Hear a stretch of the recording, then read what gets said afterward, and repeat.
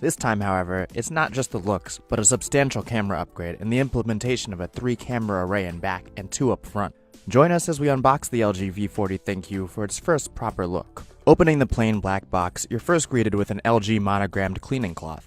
A bit of a posh touch. Pulling away this veil, the V40 Thinq sits underneath, wrapped in plastic. Unsheathed, you're greeted with this tall device's notched display, which houses an 8 and 5 megapixel camera within the all-black face. Within you'll also find a SIM tool, along with warranty manuals and booklets, your USB-C fast charging cable and wall adapter, as well as earbuds with an inline mic and music controls.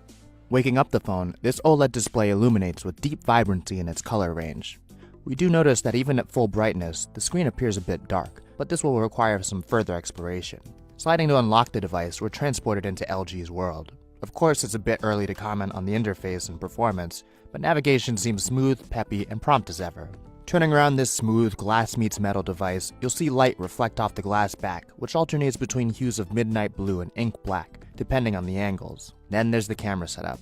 Teaming up a 12 megapixel regular, 16 megapixel wide angle, and 12 megapixel telephoto camera, the array is neatly put together, but you can tell it means business. Other design changes to note include the addition of a power/lock button on the right side, replacing the clickable fingerprint sensor on the back, which is now fixed, and a dedicated Google Assistant button on the left side, neither of which get in the way when holding the phone, thankfully.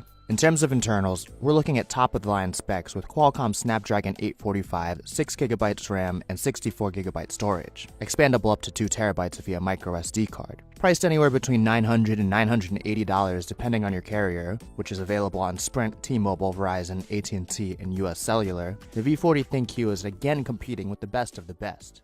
Check our full review to see if LG